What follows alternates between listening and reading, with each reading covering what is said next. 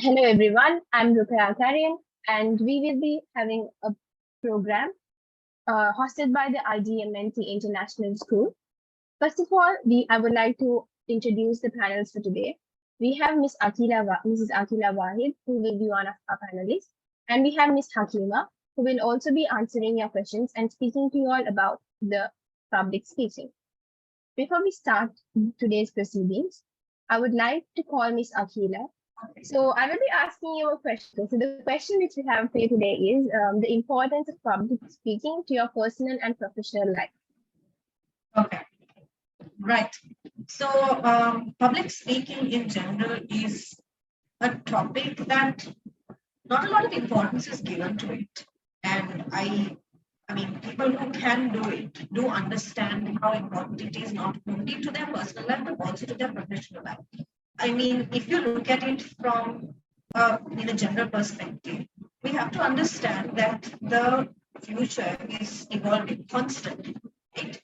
And it is noted that there was a study conducted, and they have found that in the future, over 40% of the current jobs will be lost. That is a very scary number.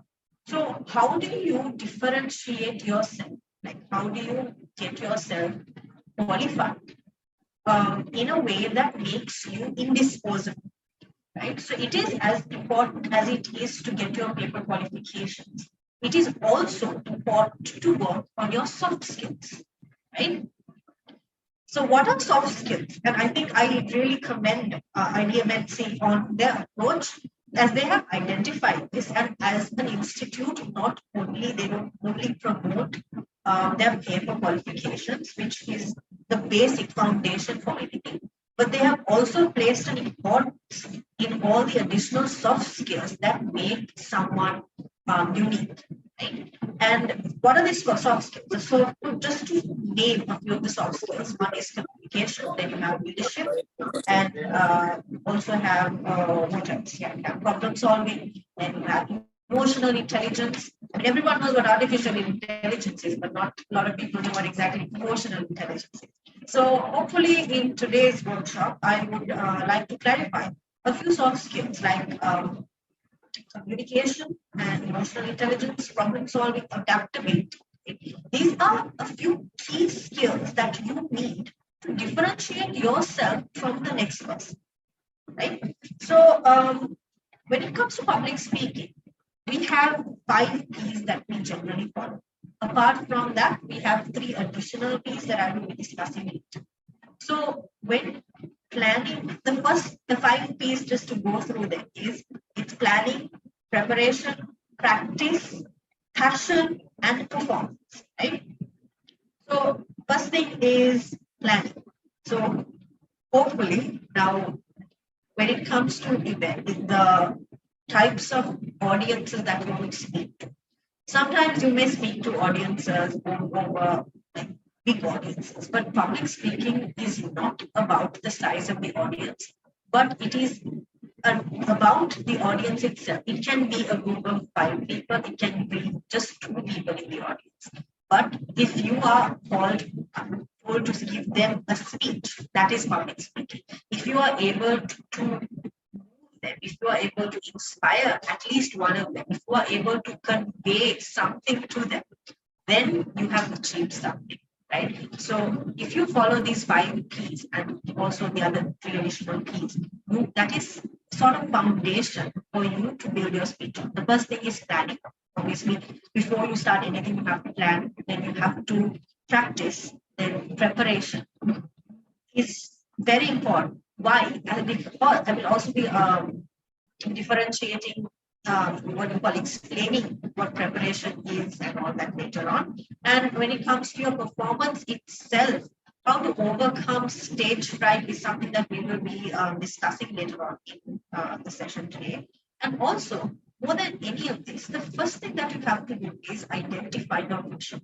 Identify a topic that you are passionate about, because if it translates to your audience, if you are not passionate about what you are speaking, or I mean that even translates to everything that we do. If we aren't passionate about what we do, we do it to our maximum. We would put in our maximum effort. So that's the same thing with public speaking. So if you have a topic that you are passionate about, talking about that topic to any audience is a good place to start. So before I move on to the rest of my speech, I would like to, there's a poll that I would want everyone to answer.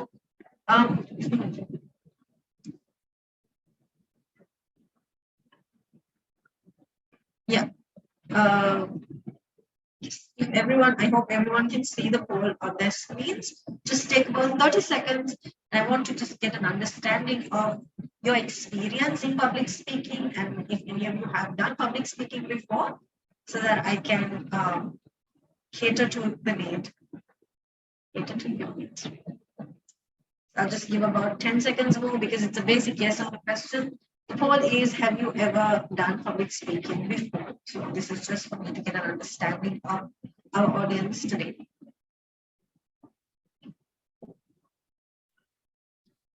Okay, right. I think that should be enough time.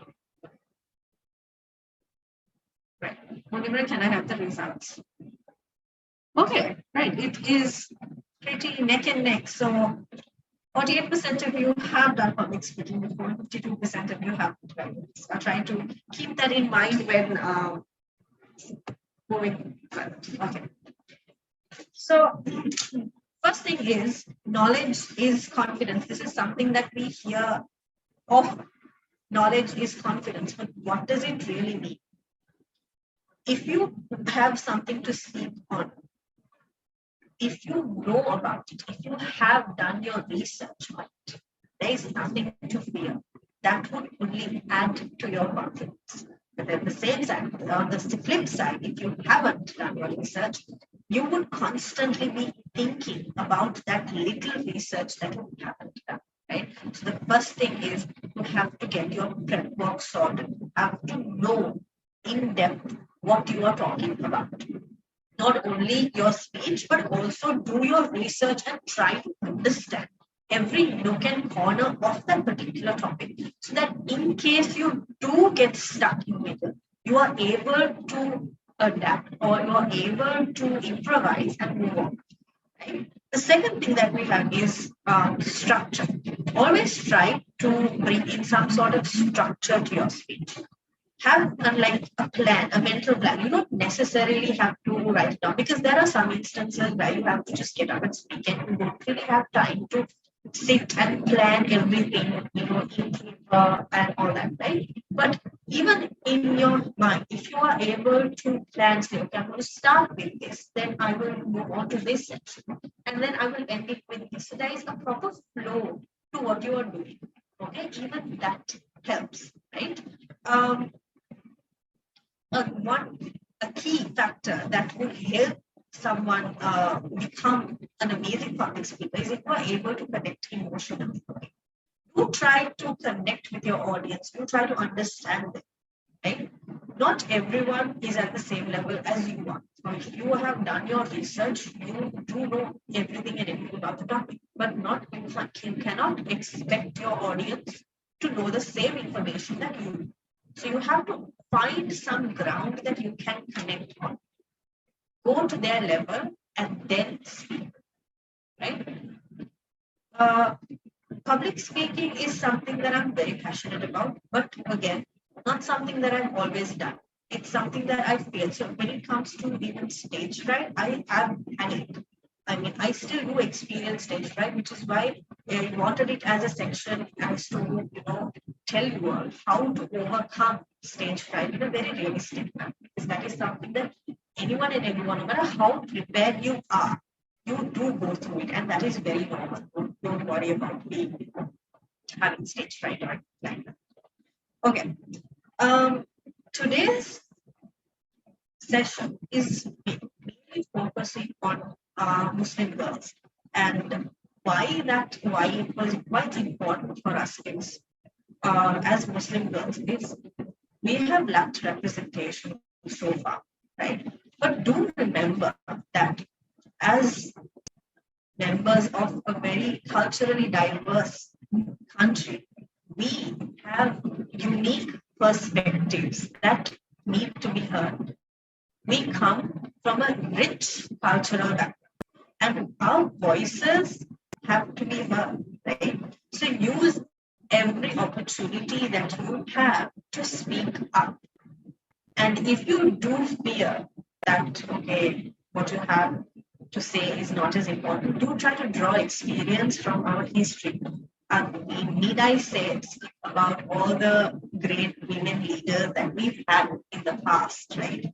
All the Sahabis who were there during the Prophet Prophet's time. Okay? Draw confidence from them. If not for them, our religion would not be where it is today. Right? Our voices, what we have to say is needs to be heard not only within our community, but it needs to be heard on a global platform, right?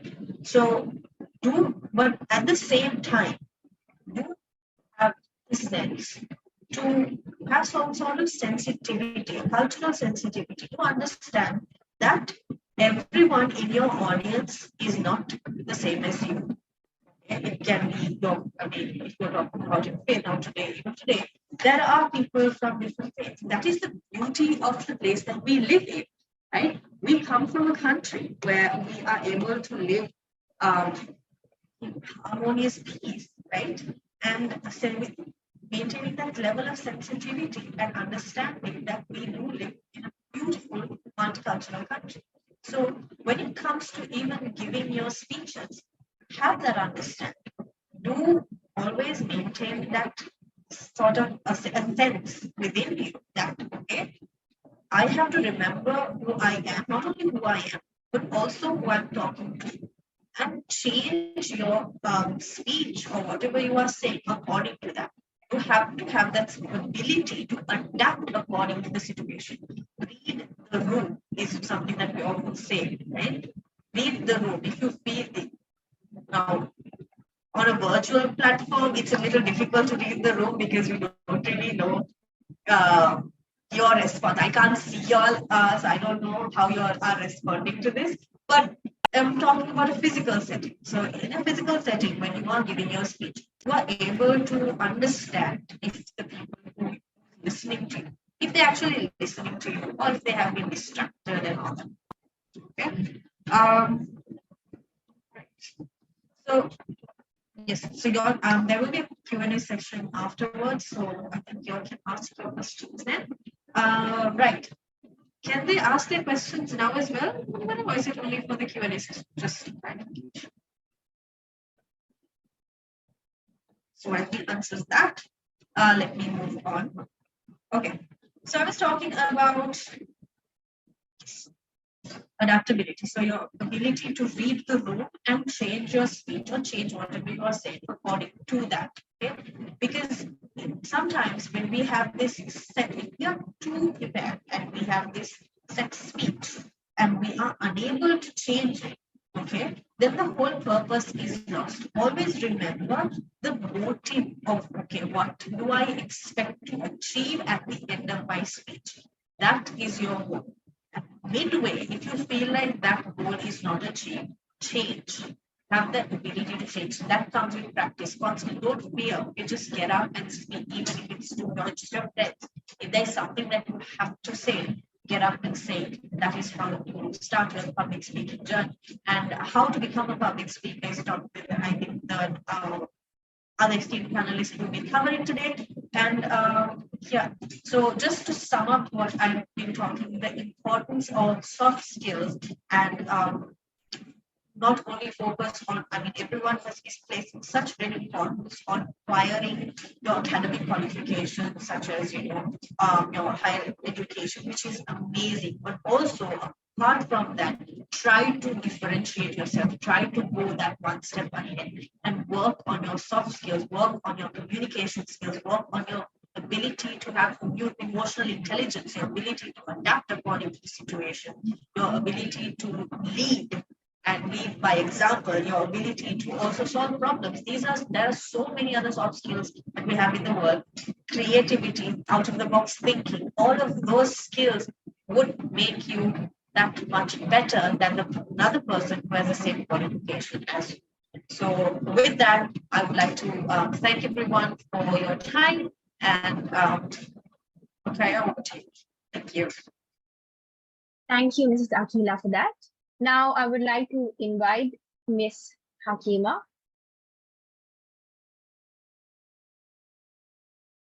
Miss Hakima. Hi, am I audibly and visibly clear? Yes, you are audible and visibly clear as well. Great. So, hi guys. Yeah. Okay. I hold the stage. Okay. Hi guys. I am Hakima, and yes, if you want to know a few things about me, I used to study at IDMNC International until my O-levels, and for my O-levels, I went to Muslim Ladies College, and that is when I started my public speaking journey, right? And yeah, I've been the president of Muslim Ladies College Gavel Club, and I've taken part in public speaking competitions in Sri Lanka, in the school in Sri Lanka, and out of Sri Lanka as well, international competitions as well.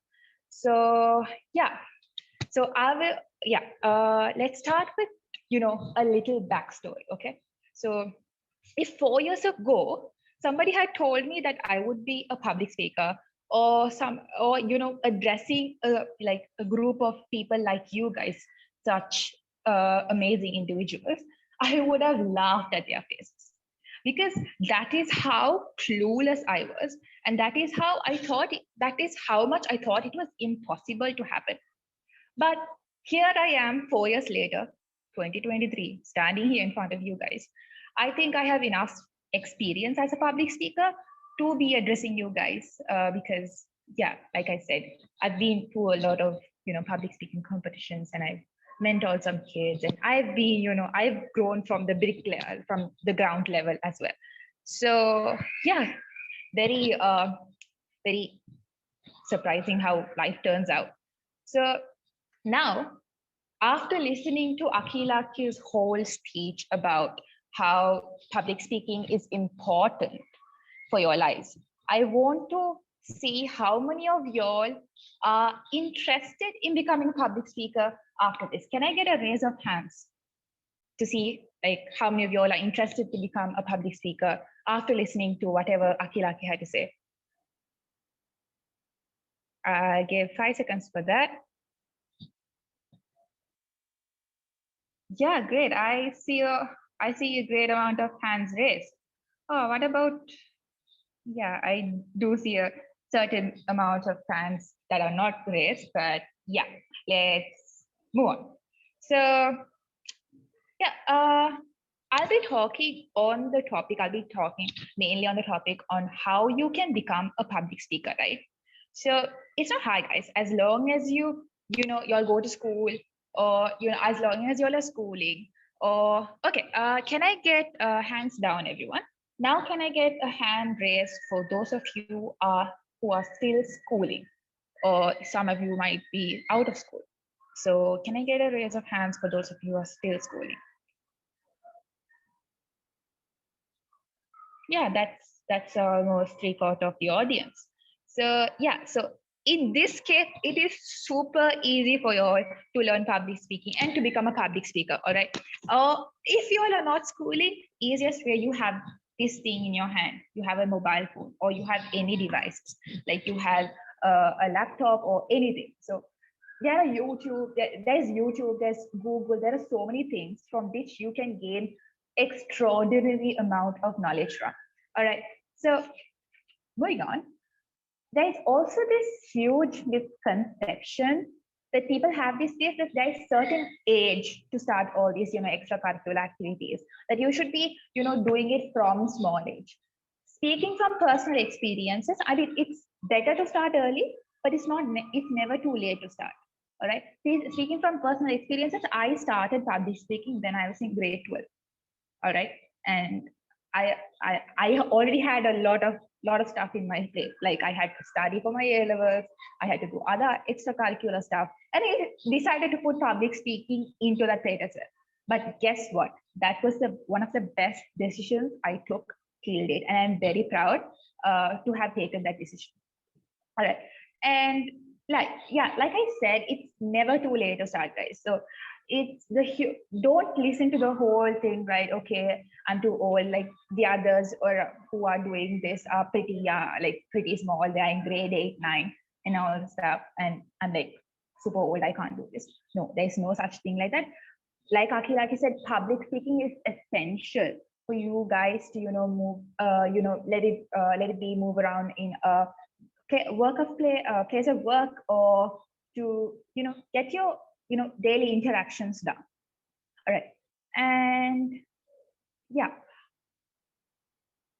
So now another question for y'all. So how many of your schools have clubs like Gavel Club, Public Speaking Club, or Speech and Drama Club, stuff like that? Can I get a raise of hands, please? Yeah, like almost 3/4 of y'all already have that. So see, half of your job is done. It's like super easy for y'all to do this, for y'all to get this started. Why? Because you can directly go to your teacher in charge, or person like a sister, like whoever is in a higher grade or who is in charge of the club, and hey, I want to join this club. And that's it. You join the club. And you don't just join the club and sit idly. Okay. Like you don't join the club for the badges you're getting or to just add it to your list of extracurriculars. Rather, you actively participate. You actively participate in the webinars and seminars they are holding. You actively participate in competitions they are holding. You do speeches in front of your teachers, in front of your colleagues, in front of your fellow friends, and see where you can improve. All right. So yeah. So these are the essential things that will build a better public speaker out of you. And yeah. So now, sorry about that. Now, yes, as for those who don't have, public clubs like this at school, there are two options you can do. One thing is you can start a club in your school. All you have to do is talk to your principal, talk to your teacher in charge, talk to an English teacher or somebody, and you can start a club at school. Okay, because that way you can help yourselves, you can help your friends around you and the future generations that are to come, right? So it will be a very good initiative that you can start. Or you can, like, if that is not possible and you're like, okay, my school won't be able to cater this thing, and then, like I said, you have your device with you. You can always check out Toastmaster speeches, Gavel speeches, or any other public speaking stuff, like public speaking videos on YouTube. Other things, you can join webinars like this or attend to seminars, and you can learn a lot of stuff, right? Or you can, so there is this option where, how many of you are familiar with the concept of Gavel and Toastmasters? Can I get a raise of hands for that again? So, I'm keeping you guys interactive, yeah? So, okay, there's only a few. So, all right. So Gavel and Toastmasters is this international, okay, Toastmasters is like this international group. It's a platform or like an organization where you have to pay to be a part of it. Like you have to pay to become a member, where, they do public speaking, and basically they improve your public speaking and leadership skills by being a part of this club, right? This organizations. But the good part is, and Gavel is the school version of Toastmasters. All right. The good part is that you guys can join some of these sessions for free. Most Toastmasters, they have free sessions where you can join. You can see, like, all you have to do is get some contacts and join the WhatsApp group or something, and you will get links every once in 2 weeks, because that's how Toastmaster sessions work. They happen once in 2 weeks. You can join Toastmaster sessions and learn from them, because from personal experience, that is how I learned. when I started public speaking, I was 17. I had no clue. Okay, I wasn't 17. I was 16. Sorry. Yeah, I was 16. I had no clue, and yeah, like seriously, I had no clue. I'm like, so I joined. Okay, my first public speaking competition was this competition organized by Visakha Vidyalaya, the Internet Club of Visakha Vidyalaya, and it was COVID, and I had nothing to do, and I just joined to see, okay, what's the worst that could happen, man? And yeah, like one thing about me that I'm proud of is that I'm confident. I'm like, okay, what's the worst that could happen? And I want to see that mindset in every one of you all. Because exactly, what's the worst you can happen? What's the worst that can happen? Like you could stumble on a few words. I still have the stuttering issue. I still stumble on my words. But that is not stopping me from moving forward. I will not let that stop me from moving forward. So yeah, back to the story. So I was like, okay, what's the worst that could happen, right? So I joined this, and apparently I was good at it. All right, and this might come in Akilaki's speech later on. Every speaker has a typical style of speaking, and my favorite style to hold on to is storytelling. That is why even when I started my speech, I told, okay, 4 years ago, this is how I started. Like it was a story. So those are ways you can capture your audience. So yeah, I realized storytelling I was good at storytelling because I took part in a lot of speech and drama when I was in my middle school. So I grabbed, like held it, and I'm like, okay, I'm going to improve myself over here. And then I I became one of the finalists, but I couldn't secure a place in that competition. And then I joined school. I joined MLC, and I'm so grateful for joining the Gavel Club because it was the first 2 years after Gavel Club was started, and they were taking everybody in. Everybody was open to join, and I was like, okay, well, let's give it a try because I didn't know what Gavel Club was. Trust me, I didn't know what Gavel Club was, but I joined. And yeah, so they had this introductory webinar, and I joined it. And so the sisters in charge, like my seniors, asked if anybody is willing to give a speech. And like I told you, like I had the mindset, what's the worst that could happen, right? So I was like, okay, yeah, I'll give a speech. And I did give a speech. And the guest speaker who came she was like, okay, you're good. Basically how it works is the guest speaker gives feedback on your speech, right? So the guest speaker was like, okay, you're good. And that actually boosts my confidence. I'm like, okay, I'm good at this. I can move forward. So I used tactics like this, and I joined a lot of so thanks to my school teacher, we got this free access into a Toastmaster club. I wouldn't want to reveal the name of it. It will be like advertising it. So we joined this Toastmaster club. Every Saturday we joined. So we would just look at them doing speeches. And one day they asked, okay, the non-paid audience, you all can do a speech. And yeah, that was my first speech I did out of a school level. And that is when I realized, okay, I am that, because these people, they were really good. I'm telling you, they were really good. Like they didn't stumble even a bit, or they didn't stutter even a bit. And they were using a stage. They were moving left and right, and I didn't know how to use the stage. I wasn't even moving my hands. I was like, hi, my name is Hakima. I was born here, blah, blah, blah. So that the storytelling was the only good part about my speech, right? So see, this is how you learn. There are a lot of falls, and I was really demotivated that day, really demotivated. And I feel like every journey has its ups and downs, and that was my lowest when it comes to public speaking. Yeah, and like because I got a really bad feedback. Like there's only one good thing about you had good storytelling skills, but that's it. So yeah, now where was I before I started, going to my story, my life story? Yeah, I was where, I'm sorry, I lost track.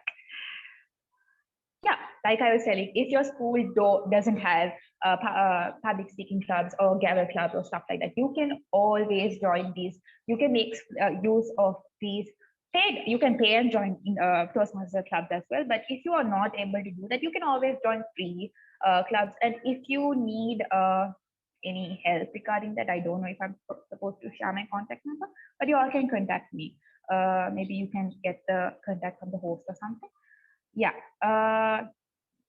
Yeah, with that being said, I would just give you a few tips, like, right. So first tip is overcome your nervousness, because that's the biggest factor that is keeping you from not pursuing this skill, because it's a very essential skill, like Akiraki told, and you should be developing it. And overcoming your nervousness is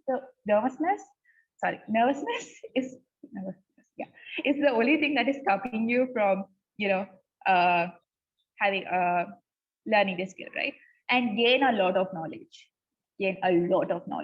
Whatever, like Akilaki said, if you choose a topic, research on it, know it from A to Z. So you'll be in that way you can have you can have the sorry, I think I'm going out of time. Yeah, that way you can have a lot of confidence in yourself when talking about when saying the speech, and practice hard. And of course, seek feedback from anyone, your English teacher, your friends, your colleagues, your parents, your siblings, anyone and everyone. So yeah, like any skill, it is very challenging to learn, but if you have perseverance and dedication, it's just a piece of cake. So I'd like to just end by saying, embrace the power of your words, because they have the capacity to illuminate minds, touch hearts, and transform society. Thank you. Thank you, Hakima, for answering that question. I would encourage all of you all to ask questions and answers. We will be questions in the Q&A. We will be answering those questions after the speech of Ms. Akila. So we encourage all of you all to ask questions. Ms. Akila, now I would like to invite you to answer the final question of the day. Okay, so during this slot that I've been given, I will be addressing stage fright, which is a very big topic. So before that, a little bit of insight as to my background as a speaker. Thank you, Hakima. Once you started speaking, that's when I realized, oh no, I forgot that. So I'm a public speaking coach. I actually teach speech and drama. So that is where I started my journey of performing, started when I was 7. And I have been in this field for quite some time. Let's not get into details of how many years and all that, because then your quick math then will figure out how old I am. So leaving that aside, it's a sour point. Leaving that aside, I was not always a confident speaker. I had massive stage fright where when I get on stage, I would just freeze. I would forget every single word that I want to say. And this happened very recently as well. It's not due to lack of preparation. It cannot due to lack of confidence. During one of my exams, I had to perform a set of pieces, about 4. And I started off with one that I was most confident in to build my confidence, as I went along. And the moment I started, I forgot every single word that I had to say. I was staring at the 2 examiners who were staring back at me. And I realized that I didn't know what to do. I just stopped. I stared at them. I said, I don't know. I can't remember. And mind you, this was a selection that I had practiced over and over again, and I knew this piece inside out. But the moment I start, my fear took over and I forgot everything.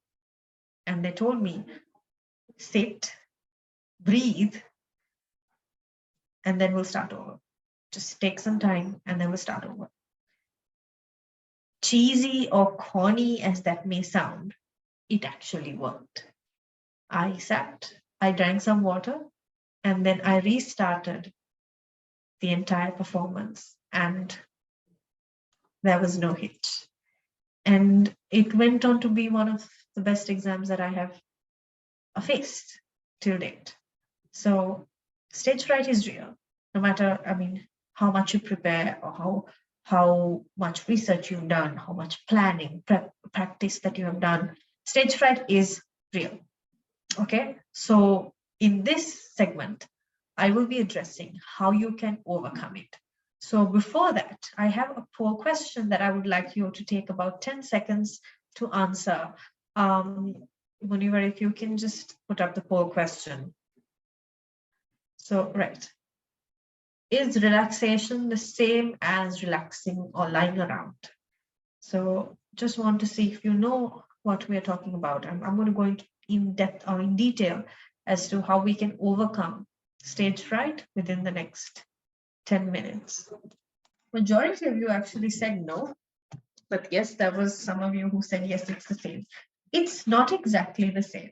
So when we say relax, when we talk about relaxation is when your mind is free of worry and your body is free of tension. This is the technical definition of what relaxation is.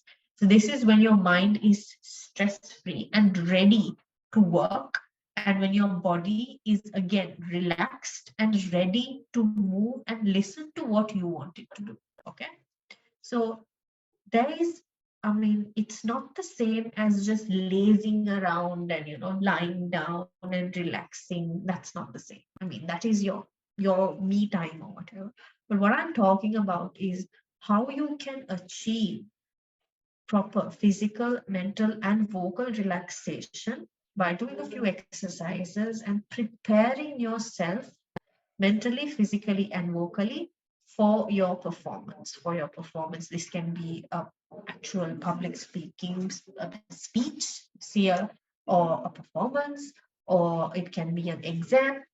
Okay, I mean, all of us face different assessments during our time. It can be an actual test, right? But we face different assessments throughout our life, and yes, we do feel nervous before everyone, no matter how prepared we are. We keep thinking about everything that we haven't studied, although we may have studied everything else, but we keep, you know, only concentrating on that tiny bit that we haven't studied. Or if we have studied everything, we keep thinking about, okay, what will happen if I forget everything, right? We keep building ourselves to fail.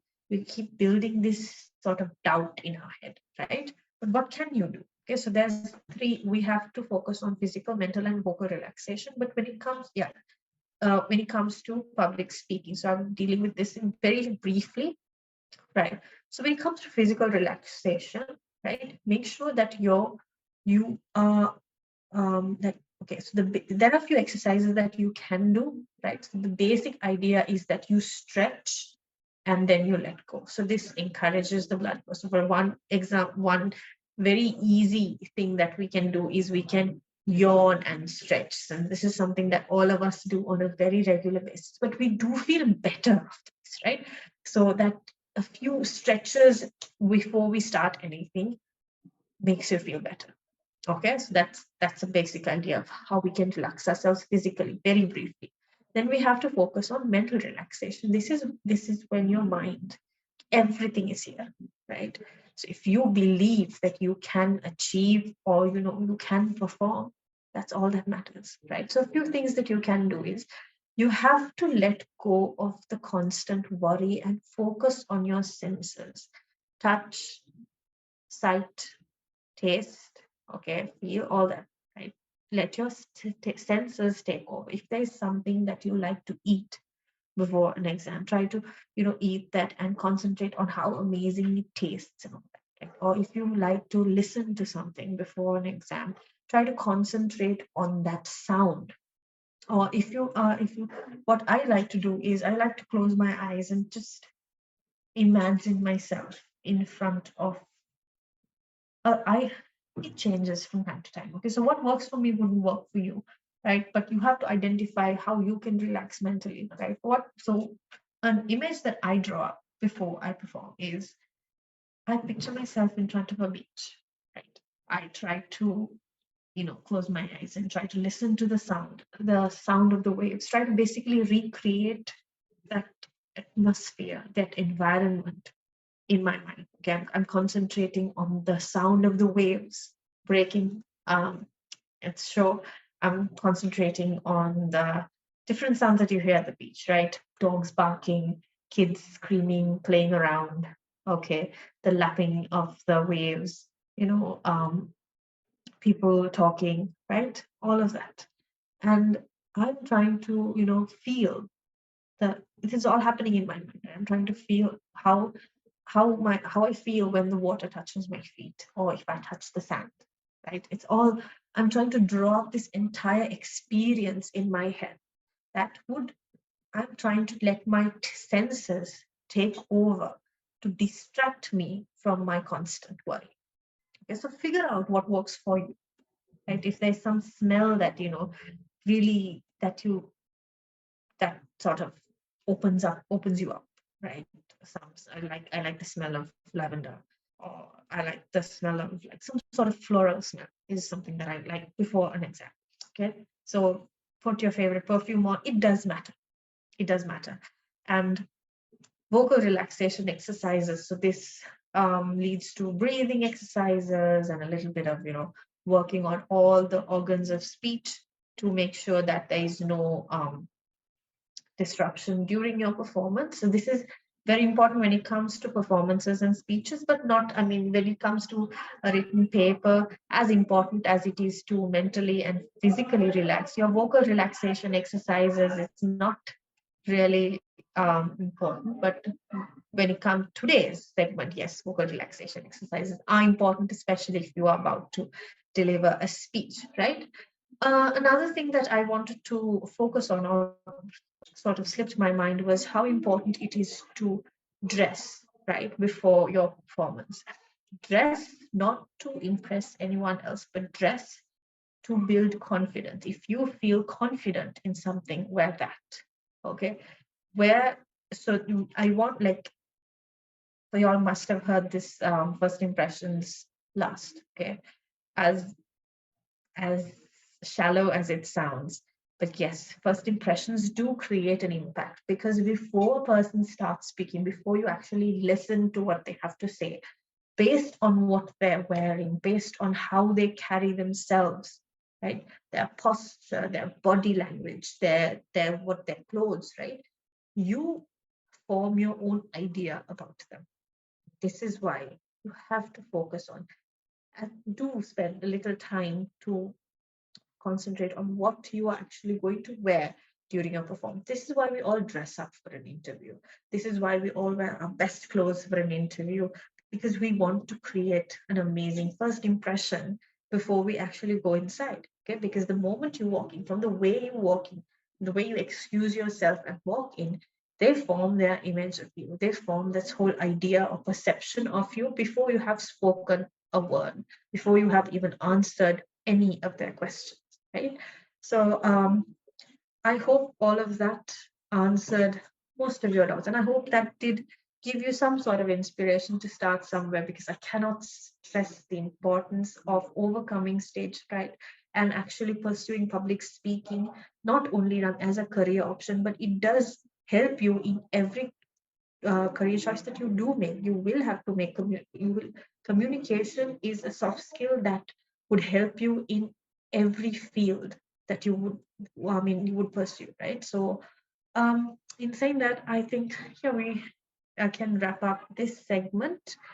And yeah, okay, over to you. Let's move on to the Q&A session. Okay. Okay, so we have a question which says, do you think effective public speaking skills can empower Muslim girls to have stronger voice in their communities? Definitely. So it's like this. So that's again, all these years that we have feared, like Muslim girls especially, have not spoken up for fear of culture. But I think again, it comes down to your roots, right?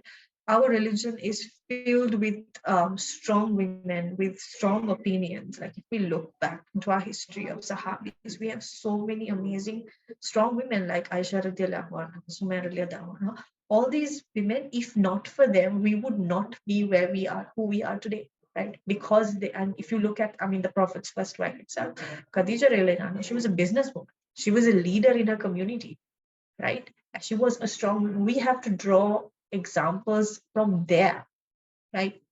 We have to be leaders to our community.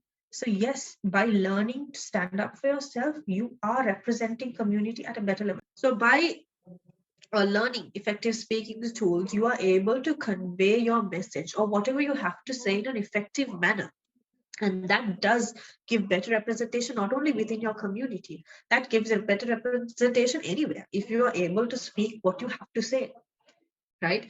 And it gives us an ability to understand, because unfortunately, we form opinions about people based on, about different cultures based on the people who represent them. So you can be the leader your community needs, right? Be that messenger, be that person to speak up for your community. If you feel like someone is being, if there's some injustice happening, speak up. So first, before speaking up, learn to speak up. Thank you for answering that question. We have one more question. It says, do we have to avoid ums and uhs during a public speak? That would be great, right? Avoiding the ums and the uhs, because that shows lack of preparation, lack of confidence, and so many things. But sometimes it is unavoidable. So instead of using the word avoid or not use, I would say try to minimize it as a beginner. If you do tend to use a lot of ums and ahs, try to minimize it. So work on minimizing it at the beginning and then getting rid of it altogether later on. So that is all And preparation. we've got two more questions, if you can answer that as well. What are some effective techniques to engage the audience and maintain their interest throughout a presentation? Okay, so again, like I think Hakima told this, I mean, she touched on this, her technique being storytelling, right? So there are different techniques. So, I mean, asking questions, rhetoric questions. This can be rhetoric questions where you don't really expect an answer, but constantly questioning your audience, making them think of, okay, what would they think of, right? It keeps them on their toes, right? And keeps them engaged. Then apart from this, yes, stories help. Then you can also, few icebreakers. I mean, this is not really a setting for an icebreaker. I mean, if this was an interactive session, like physical session, we can have a few icebreakers, right? We can work on like a few jokes, right? All of that. There are different techniques. You try, if you, again, that also builds back to adaptability. Read your room. If you feel like you need to if you feel like you need to throw a joke out there, do that. Be prepared for anything. Okay, thank you for answering that question. Then we have one more question. It says, do you have any tips on speaking louder to convey a message to a larger crowd? Okay, so again, this it's not really about speaking as loud as you can to any audience. That also depends on the audience itself. So if you are speaking to a room of 5, you have to speak loud enough for the 5 of them to answer. Hear you. But again, at the same time, if you're speaking to a room of 50, you have to be loud enough for 50 of them to hear you. So one thing that we do learn when it comes to speech and drama is that we learn to speak up. We learn to speak as if we're speaking to the person at the very end of the hall, right? So we don't imagine that we're shouting at them. We imagine ourselves talking, right? So again, this boils down to how good your breathing is and how relaxed you are and how good your posture is. So again, that's a lot of technical things that we can learn. Once you start your journey, you will learn, right? But breathing, good posture, good relaxation, right? And just the main thing is imagine yourself talking to that person at the very end. Thank you. And I think we've got one more question. We can answer that.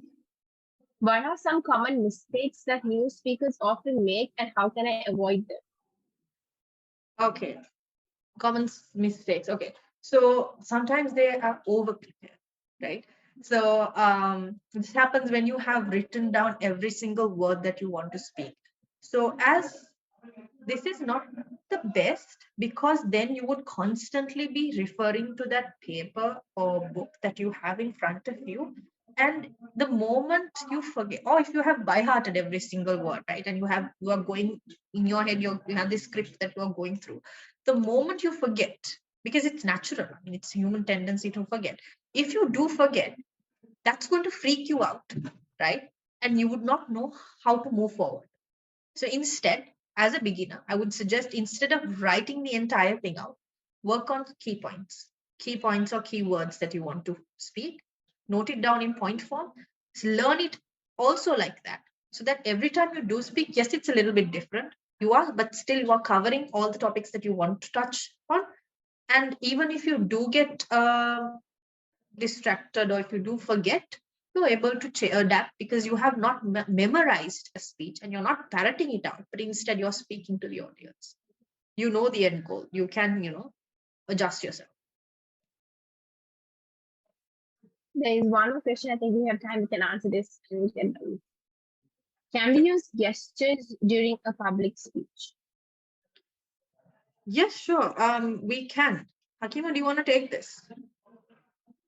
Yeah, sure. So, in fact, it is recommended to use hand gestures and move around rather than saying either. That will keep your audience more interact. Like they will, focus on your speech more, and your speech will be more interactive. Yeah. So it is recommended. So there is nothing wrong in using hand gestures or just using your stage. It's called using the stage, right? So yeah, that is a huge topic if we start on that, Yes, but it's true. Yeah. Again, just to add on what she said, hand gestures, yes, as important as it is to keep engaged, just make sure that you're not using too much hand gestures, because you don't want the attention to distract to what you are, waving around, but you want them to listen to what you're saying. Hand gestures, or even this using the stage, is an add-on. It's an improvement to your speech. It enhances your speech, but it should not take over. Okay. Thank you. And I think we've got one more question. Would No, you that's mind okay. answering that? Sure. Okay. Is it possible to briefly touch on points of embedding persuasion? Okay, so this actually boils down to emphasis, right? You can use like stress certain important words that you have, and pause. Okay, the speed in which you talk. All of these are technical things that you can use, right? Pause before, after the important word. Change the speed. Okay, change your way of your tone. Use voice variation techniques that you have to draw attention to this what you're saying, okay, because you identify the places that you want the audience to actually listen to, and use a few of these techniques to convince them, okay. Throw in a few questions there, right? Make it believable. That is how you persuade. Just shouting at people is not going to persuade anyone. There's one more question as well. Do we answer that? Yeah, I think that's we'll be okay. taking like 2 more questions if there's any, and then we'll be done. Okay. Okay. Okay, so we have a question which says, what about making eye contact? Is it okay to look at only one specific person? Okay, so this actually boils down to stage fright, right? Not exactly. So looking at one person during an entire speech would not work. If you have an audience of 50, you want to look at everyone, right? At least like places. But if you do fear, if you have stage fright, right? Try to look in between spaces. So, for example, look at if you have to look at me for your speech, look here at this window, or here right next to me. So I would get the impression that you are looking at me, but you're not really looking at me, right? So look in between spaces as a beginner, if you feel like eye contact is too much for you. But to answer the question, if you can look at just one person, not really. If you have to look at everybody, because otherwise, someone would feel left out of your speech. You have to make everyone feel included. Okay, thank you. I think we're done with questions. I hope no one has any other questions to be answered. And yeah, that's about it. I hope this session was useful to everyone who joined today. And please answer the poll which has been put forward in your screen. It would be a great help if you all could answer it. Okay, thank you so much everyone for joining. It was a great session and looking forward to having more sessions and having the people join. Thank you so much.